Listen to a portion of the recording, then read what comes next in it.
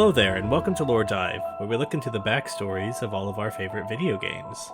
Today we're going to be delving into the past of the Plague, as she has to deal with a crisis of faith that could upend her entire world. May your voice reach the beyond. May your voice reach the beyond. May your voice... Adira speaks this line until it becomes a single word, babbled in harmony with her fellow emissaries in faith. May your voice breathe the beyond. May your voice breathe the beyond.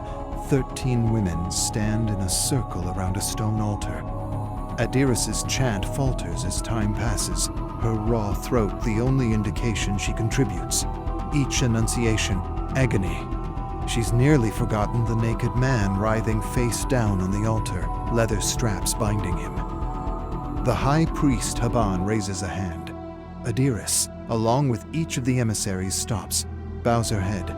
She reminds herself, cherish the pain, a sacrifice to the sea goat, the god of water and creation. The emissaries disperse, and Adira wanders to the man on the altar. Tears stream from his bloodshot eyes. She wants to lend comfort, assure him the gods love him, perhaps even pull him from the altar away from the coming pain. She smiles at him as she would a child. If only you understood the importance of your sacrifice, you would laugh with joy. Tenderly, lovingly, she kisses his forehead. May your voice reach the beyond. The invocist comes forward. Small, wrinkled man, buried under a scarlet, no, white but bloody cloak. Adira bows her head, joins the whispers around her. May you swim through sea and stars. The invocist stands over the man bound to the altar, nods, pulls the sleeve back, reveals a spear gripped in hand, raises the weapon, and plunges. The tip pierces the bound man's lower back. He arches upwards and screams, shakes, convulses, lower body remaining immobile, bladder emptying onto the altar. The invocist hefts his leg onto the stone slab, pushes the spear until a gruesome snap, shrieking, howling, pleading, something beyond that, indescribable. A vertebrae bursts from the gaping wound, blood gushes. Bile rises in Adira's throat as she turns away to stop herself from retching. Her fellow emissaries look upwards. Praise! Glory to the gods! Nothing is heard over the screams of the man. His voice will surely reach the beyond. Adira composes herself, recites sacred text in her mind. The plans of the gods shall not be questioned, for they know beauty the human eye cannot perceive. The plans of the gods shall not be questioned, for they know... Trust in them, Adira. Trust in them. She relents to her faith, joining the others to celebrate, but notices Haban. He covers his face too late, and she sees it. A tear spilling from his eye. A face that seems heartbroken. Adira splashes water over the altar and scrubs. Red circle swirling, bright. Like the sun the day she was left at the temple door. Stifling heat, painful steps on burning sand. Mother and father, a missing piece in the memory, unfocused, replaced by Haban. A crowd of imposing high priests, and only he peers warmly. She cries, so he lifts her, removes his hood. In the courtyard, he lets her touch the statues of the gods. Rishon, keeper of the stars, Ortares, sentry of the desert, Atil Alara, mother of humanity, deities who would watch over and protect her. Haban becomes teacher, father. He tells of their religion, formed by exiles who believed other faiths had become corrupted by politics. They brought new insights to the afterlife and unified all gods beneath the great creator, the sea goat. She finds guidance in his teachings, meaning in servitude, comfort in knowing suffering is love. She may shudder at connecting compassion to bloody sacrifice, but she works continually to overcome her doubts. Yet over the years, as her faith grows, Haban changes in a different way. She sees heaviness in his walk, hears his voice trail off when he reads the sacred texts. While he once stood energized by generous sacrifices to the gods, today he shows anguish. What darkness could snuff the desert sun?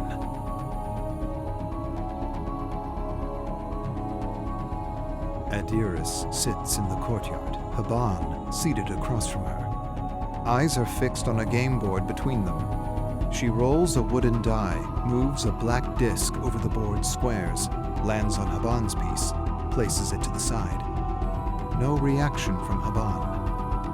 Adira looks to him, sweet expression of concern. A joyous sacrifice this morning, would you say? The gods rejoice, praise be. Haban hardly lifts an eye. Praise be. A cool breeze, birds chirp unseen. Haban seems to scan the courtyard. Upon seeing no other occupants, looks Adira in the eyes. He was a good man, a friend, and the world is darker without. Adira wonders if she's being tested.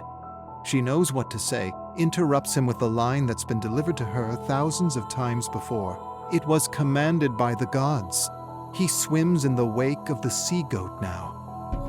Haban turns his attention to the game board, flicks away Adira's disc and positions his at the end. It seems I have won, as was commanded by the gods. Adira pushes her chair back, objecting. Haban sweeps the board off the table. I shall write the rules of anew. I shall include decrees, punishment, theft, and sacrifice. And should anyone object, I shall preach those momentous words. It was commanded by the bloody sea-goat and his damned gods. Adira shakes her head, the shock of words she never thought she'd hear rattling painfully in her mind. This is blasphemy. Deep bags under Haban's eyes seem to swell. Yes, the truth often is.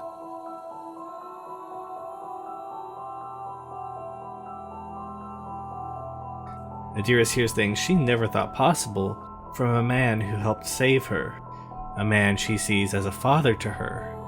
He has seen this religion for what it truly is, the horrors that it inflicts upon innocent people, and now he has let his mask slip in front of Adira. But what will she do with this newfound information? The day of virtue arrives. A monthly ceremony to purify the congregation of dire sins. A bell tolls. Adira and the rest of the temple's crowd drop to their knees. Forehead touches cold stone. She peeks up, sees the Maiden guard arrive, stepping through the crowd, guided by faith to seek out sinners. She waits, counts the scratches in the floor until a scream, a woman pleads, and coughing, choking. Adira looks up, sees a commoner dragged from the temple by her throat. She hardly notices two olive-brown feet step in front of her. Rise, rise. Adira shrinks under the Maiden's gaze, notices the hint of ripened dates from her open mouth. Under the eyes of the sea-goat, speak of the evil you have witnessed. Deliver us thieves, adulterers, and blasphemers, so we may purge them. Shoulders stiffen. Adira sees the face of Haban, the face of the man who raised her. She hears his gentle voice and the agitated voice of a blasphemer. Indecision knots in her chest, tightening, twisting. I have witnessed no evil. By the gods, my eyes are pure. The Maiden examines Adira. Seconds trickle by, ever slowing, stretching reality to its seams until the Maiden nods. May you swim through sea and stars. She turns away, and Adira summons every bit of strength to keep herself from collapsing. Adira sweeps dust from the altar floors. A set of hurried footsteps click along the stone, marching closer. She turns to see Haban. Gentle face tensing, he hushes her. "My daughter. Curse the man I once was. I took you as a child and tainted you with notions of divine judgment and punishment. Now I see you struggle as these thoughts nearly take hold. I beg you, cast my teachings aside and see the blood spilled in this temple. No cleansing can purify the horror perpetrated here." The doctrine overflows in her mind. The will of the gods is law. No man shall question the divine. He who battles the tides will perish. But she surprises herself by remaining silent, and Haban seizes the moment. "I am old and have wasted this life, but I cannot bear to destroy yours. Meet me here at nightfall in a fortnight's time, and we shall escape the clutches of deceit. If you have doubts, I ask you to consult with your gods. My daughter, may their silence be your answer." Haban dares Adira to see beyond their religion, to question what she has accepted upon faith alone, all of her life.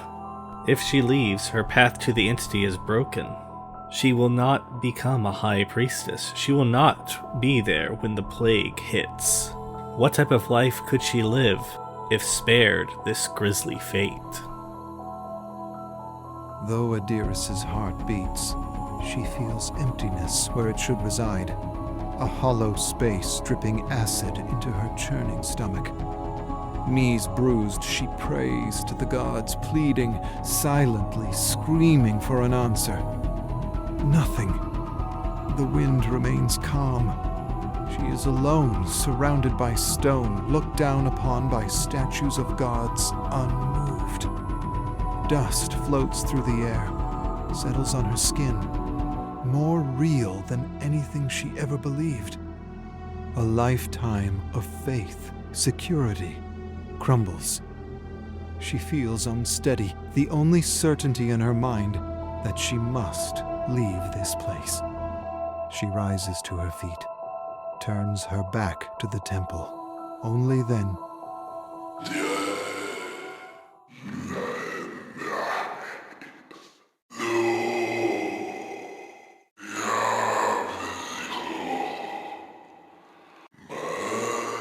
a whisper. The hushed chitter in her head is unclear, inarticulate words passed through a forked tongue, but she feels it, understands a remarkable truth. She will never be alone. Ever. Shame washes over Adiris as she retreats to her room. She dared doubt the gods. Within their chaotic whispers, pain, anger, bloodlust, atone. She removes her robe, reaches for the lash, a crude whip of thorns and bronze spikes. Atone! She swings with great force. Spikes pierce her back, hooking into flesh as she pulls away. Through gritted teeth, she screams, keeping the sound in the base of her throat so no one can hear. Atone! She swings, droplets of blood sprinkling to the floor, spasms of pain as skin tears off, hanging on pale threads. Braces herself and whips again, till the crimson pools. Atone! How much blood is enough? Her body screams in agony. She thinks to drop the lash, run from these walls, but remembers the doctrine Haban taught her. Suffering is the heart of love. She tightens her grip and swings again. A whisper from another realm. Something clawing in the back of her mind, but not truly saying anything. Just raw emotion coming through. It is obvious what is influencing her, and it is not her gods. But Adira doesn't know that. She sees this as a sign that her doubts are wrong, and that any blasphemer should be punished. sweat weeps from Adiris's pores onto her bedsheets. Thick scabs tear from her flesh as she shifts.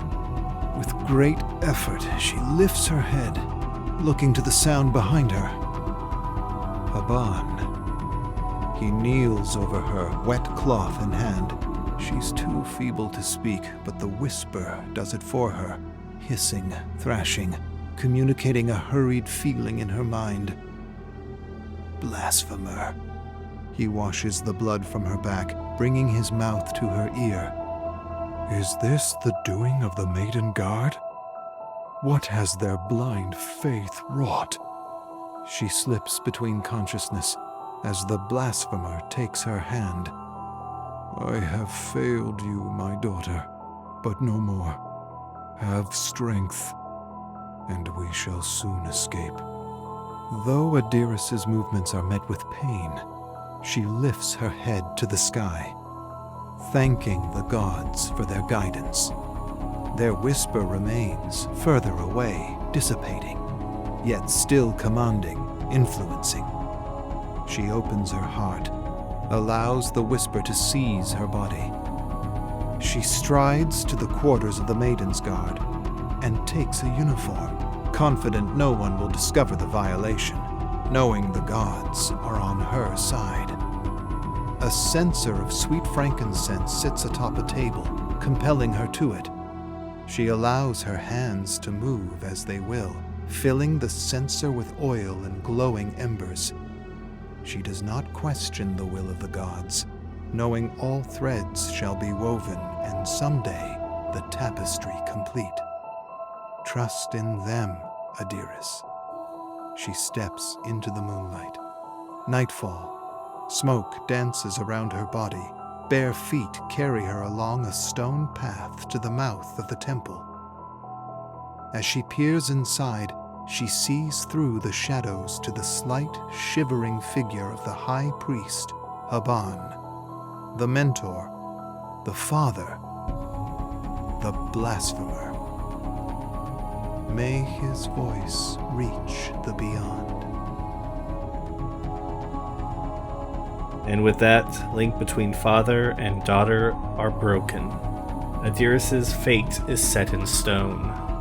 While her actions are inexcusable, she is not to be hated, but pitied, as she is not the first to fall to a horrid group mentality. And if history has taught us anything, she won't be the last.